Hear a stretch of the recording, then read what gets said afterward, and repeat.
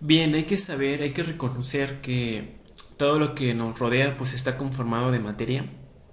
Principalmente esta materia se conforma también de elementos y nosotros ya conocemos que los elementos que son esenciales para la vida tienen el nombre de bioelementos. Estos bioelementos pues son el carbono, el hidrógeno, el nitrógeno y el oxígeno y en menor medida el fósforo y el sulfuro. Y nosotros sabemos pues que el carbono es el que en más abundancia está en la naturaleza y además que el carbono posee ciertas características que se vieron en clases pasadas que lo hacen más amigable y que tienen la capacidad de formar pues más compuestos, principalmente debido a su isomería y a la capacidad de compartir electrones.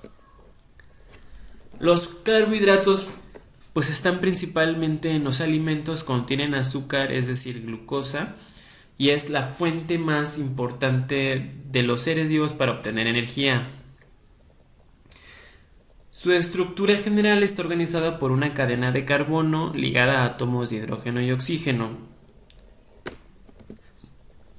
Pueden ser simples y complejos, pueden ser monosacáridos como la glucosa, fructosa, o disacáridos como la manosa y la sacarosa, o polisacáridos que son cadenas de monómeros muy largas y se encuentran formando por ejemplo el almidón, como es el caso de la papa. Hay que tener en cuenta que pues estas sustancias, estos compuestos se tienen que degradar para poder obtener los nutrientes. Así, el organismo tiene enzimas que se encargan de cortar y de degradar estos compuestos como la amilasa, la lipasa y las proteasas. La amilasa degrada la glucosa, la lipasa las grasas y las proteasas pues las proteínas, también la pepsina. También tenemos una parte química y una parte mecánica, una digestión química y otra mecánica que se encarga de degradar estos compuestos.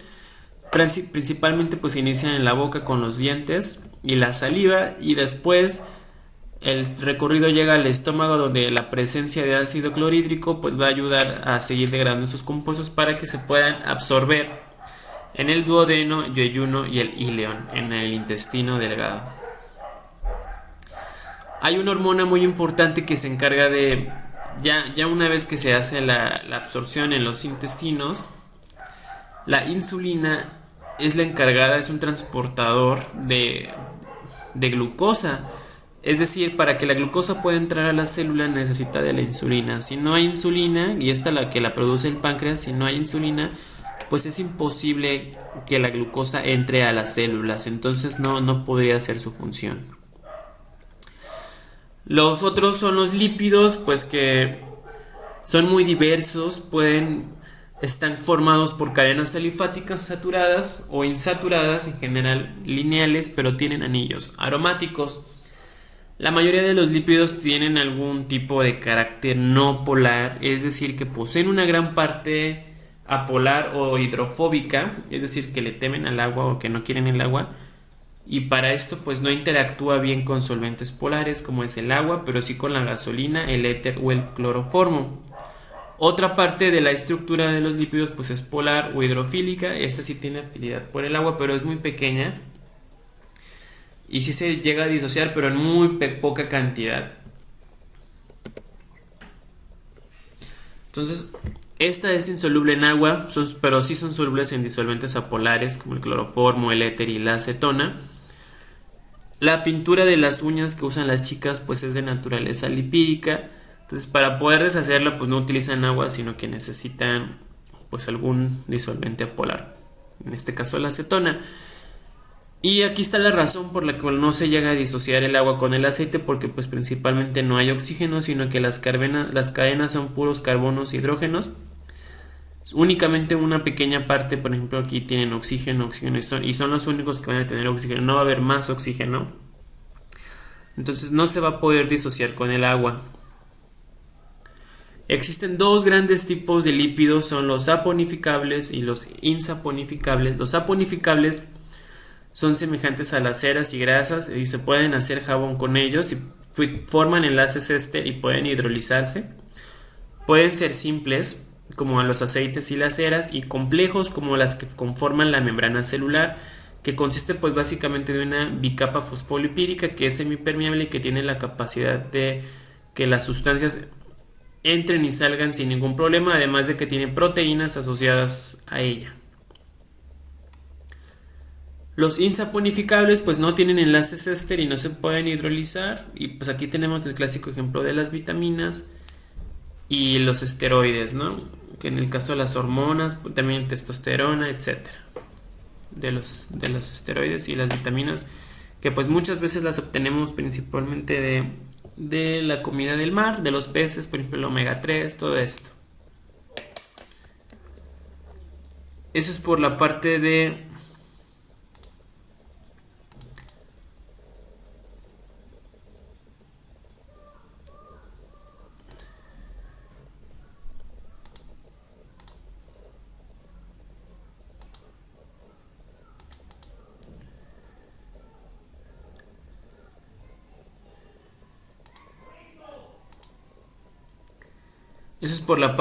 los carbohidratos, siguiendo la lógica de las proteínas.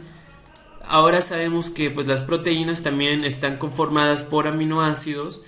Esos aminoácidos están compuestos principalmente por un grupo carboxilo, un carbono alfa, un grupo amino y una cadena lateral o grupo R, que pues va a ir cambiando y dependiendo de esta pues va a ser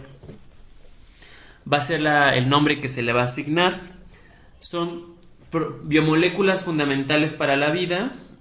El humano las necesita para sobrevivir, para mantener una homeostasis en su cuerpo. El metabolismo adecuado es necesario que contenga estas moléculas.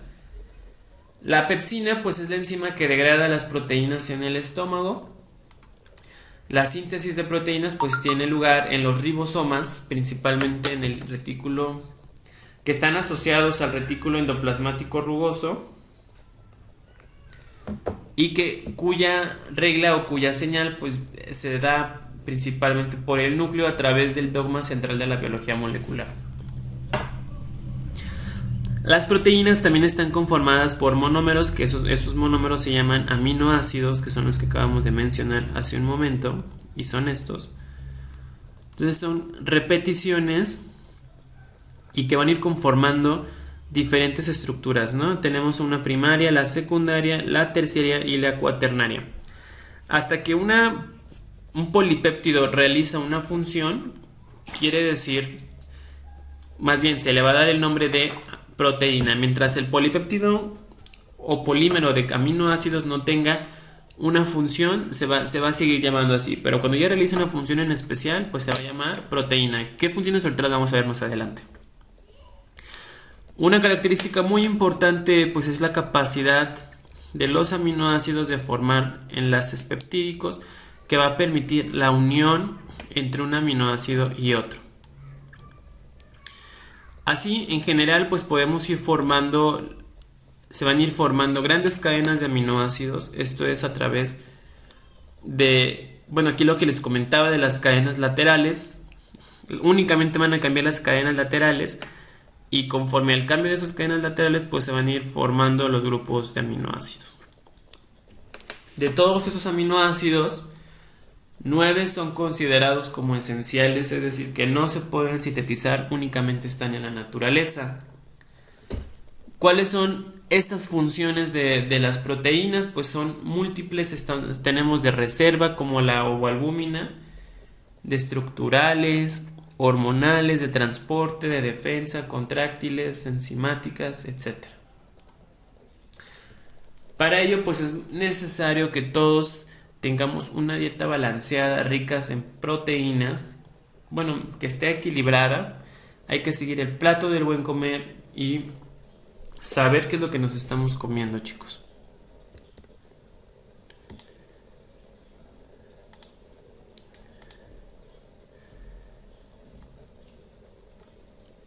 Los otros polímeros, macromoléculas naturales, pues son los ácidos nucleicos, que se conforman principalmente de nucleótidos, así como pues las unidades anteriores de los aminoácidos son las proteínas, pues de los ácidos nucleicos son los nucleótidos, que están compuestos por ácido fosfórico, un azúcar, que puede ser una ribosa o una desoxirribosa, bases nitrogenadas, que en el caso del ARN la timina se va a sustituir por uracilo. Y bueno, y las bases, hay que tener en cuenta que las bases nitrogenadas, de acuerdo a sus características químicas, se van a clasificar en dos tipos, que son las purinas, que son adenina y guanina, y las pirimidinas, que son citosina, timina y uracilo. Van a conformar estas uniones, vean, adenina con timina y guanina con citosina, y así se va a conformar el ADN. Además, aquí recae otra vez la importancia de las proteínas. Las histonas son proteínas contráctiles que van a ayudar a compactar el ADN para poderlo meter en nucleosomas y ir formando los telómeros para conformar los cromosomas, y así es como se van a empaquetar en el núcleo. Vean, la guanina siempre va a estar unida con la citosina y la timina con la adenina en el ADN, pero en el ARN se sustituye por uracilo. Así tenemos una doble cadena dúplex, que es el caso del ADN, y una cadena lineal del ARN, cuya función es de vital importancia para la síntesis de proteínas y para las demás funciones. Nosotros podemos ver que existe un mecanismo que se llama el dogma central de la biología, que es prácticamente la síntesis de proteínas, y esta consiste prácticamente en la orden del ADN y el ARN para poder sintetizar una proteína. Primero se replica el ADN, ya el ADN replicado se vuelve a separar, viene el ARN mensajero, o ARN, bueno, en este caso sí es un tipo de ARN, llega y empieza a codificar, es decir, como las uniones de las bases nitrogenadas que les dije hace un momento, empieza a hacer una copia de la línea que está ahí, pero para esto pues aquí hay un gen que está codificando, y la copia que hace el ARN, recuerden que es una cadena lineal, se la va a llevar al ribosoma, y en el ribosoma es donde se va a llevar a cabo la síntesis de proteínas. Es decir, que aquí pues se van a leer las bases nitrogenadas contrarias o el anticodón, y se va a ir formando un aminoácido, y se van a ir formando, esto va a ir corriendo de 5' a 3' y se van a ir formando los aminoácidos. Aquí por ejemplo es el triptófano. Prácticamente son 3 pasos: es la replicación del ADN, transcripción y la traducción, que es la síntesis proteica. ¿En dónde se va a llevar a cabo la traducción? Pues en los ribosomas asociados al retículo endoplasmático rugoso, que están muy cercanos al núcleo. Al final se conforma un código genético en el cual las repeticiones de ciertos pares de bases nitrogenadas pues han conformado, ¿no? Se conoce ya la serie, ¿no? que pueden ir formando los productos. Así tenemos que la leucina, el triptófano, arginina, aspargina, etc. Entonces tenemos siempre un codón de inicio, que es esta la metionina, y los codones de parar la lectura, que son estos. Entonces el código genético pues sí son las instrucciones que le dicen a la célula de cómo hacer una proteína específica. Adenina, timina, guanina y citosina pues son las letras del código del ADN, y pues representan a estos compuestos químicos que les acabo de decir hace un momento: la adenina, la timina, citosina y guanina, y constituyen pues las bases de los nucleótidos del ADN.